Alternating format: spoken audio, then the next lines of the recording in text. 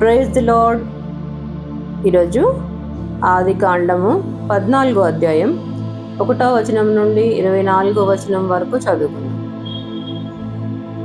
షీనారు రాజైన అమ్రాపేలు, ఎల్లాసరు రాజైన అర్యోకు, ఎలాము రాజైన కదొర్లాయోమెరు, గోయీయుల రాజైన తిదాలు అను వారి దినములలో రాజు సొదొమ రాజైన బెరాతోను, గొమొర్రా రాజైన బిర్షాతోను, అద్మా రాజైన షినాబుతోను, సెబోయీయుల రాజైన షెమెబెరుతోను, సోయరును బెలారాజుతోను యుద్ధము చేసిరి. వీరందరూ ఉప్పు సముద్రమైన సిద్దీము లోయలో ఏకముగా కూడి 12 సంవత్సరములు కదొర్లాయోమెరుకు లోబడి 13 సంవత్సరమున తిరుగుబాటు చేసిరి. 14వ సంవత్సరమున కదొర్లాయోమెరును అతనితో కూడనున్న రాజులను వచ్చి అష్మారోత్ కర్నాయిములో రెఫాయీయులను, హాములో జూజీయులను, షావే కిర్యతాయిము మైదానములో ఎమీయులను కొట్టిరి. మరియు హోరీయులను అరణ్యము దగ్గరనున్న ఎల్ఫరాను వరకు తరిమి శేయీరు పర్వత ప్రదేశములో వారిని కొట్టిన తరువాత తిరిగి కాదేషను ఎన్మిష్పతుకు వచ్చి అమాలేకీయుల దేశమంతటిని, హససోన్ తామారులో కాపురమున్న అమోరీయులను కూడా కొట్టిరి.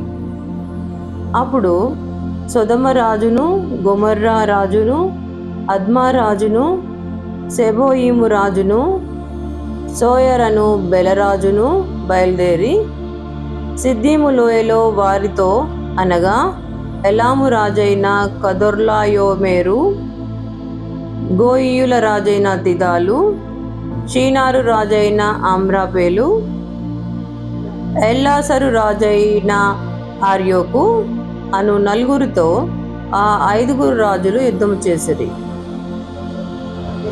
ఆ సిద్దీము లోయలో విస్తారమైన మట్టి కీలు గుంటలు ఉండెను. సొదొమ గొమొర్రాల రాజులు పారిపోయి వాటిలో పడిరి. శేషించిన వారు కొండకు పారిపోయిరి.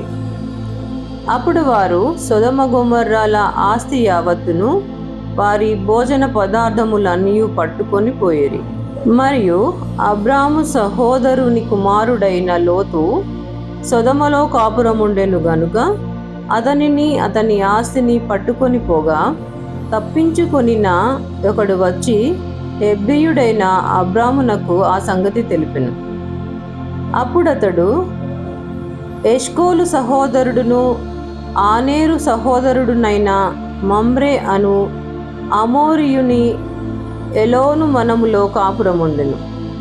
వీరు అబ్రాముతో నిబంధన చేసుకొనిన వారు. అబ్రాము తన తమ్ముడు చెరపట్టబడెనని విని తన ఇంట పుట్టి అలవరచబడిన 318 వెంటబెట్టుకొని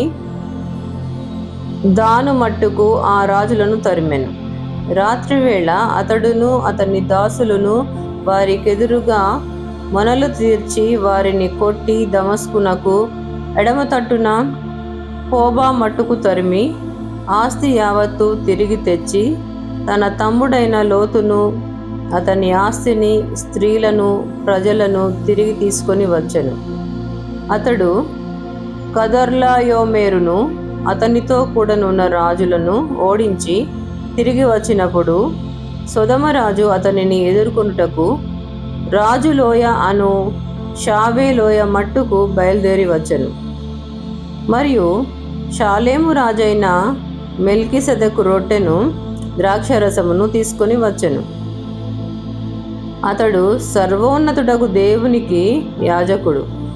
అప్పుడతడు అబ్రామును ఆశీర్వదించి, ఆకాశమునకు భూమికిని సృష్టికర్తయును సర్వోన్నతుడునైన దేవుని వలన అబ్రాము ఆశీర్వదింపబడునుగాక అనియు, నీ శత్రువులను నీ చేతికి అప్పగించిన సర్వోన్నతుడగు దేవుడు స్తుతింపబడునుగాక అనియు చెప్పెను.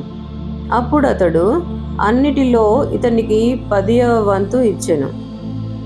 సొదొమ రాజు మనుష్యులను నాకిచ్చి ఆస్తిని నీవే తీసుకొనమని అబ్రాముతో చెప్పగా, అబ్రాము, నేనే అబ్రామును ధనవంతునిగా చేసి తినని నీవు చెప్పుకుంటున్నట్లు ఒక నూలు పోగైనను చెప్పుల వారైనను నీ వాటిలో ఏదైనను తీసుకొనని ఆకాశమునకు భూమికి నీ సృష్టికర్తయును సర్వోన్నతుడును దేవుడునైన యెహోవా ఎదుట నా చేయి ఎత్తి ప్రమాణము చేసి ఉన్నాను. అయితే ఈ పడుచువారు భుజించినది తప్ప నాతో కూడా వచ్చిన ఆనేరు, ఎష్కోలు, మమ్రే అనువారికి ఏ ఏ భాగములు రావలెనో ఆయా భాగములు మాత్రము వారిని తీసుకొననిమ్మని సొదొమ రాజుతో చెప్పెను. దేవుడు ఈ వాక్యమును దీవించునుగాక. ఆమెన్.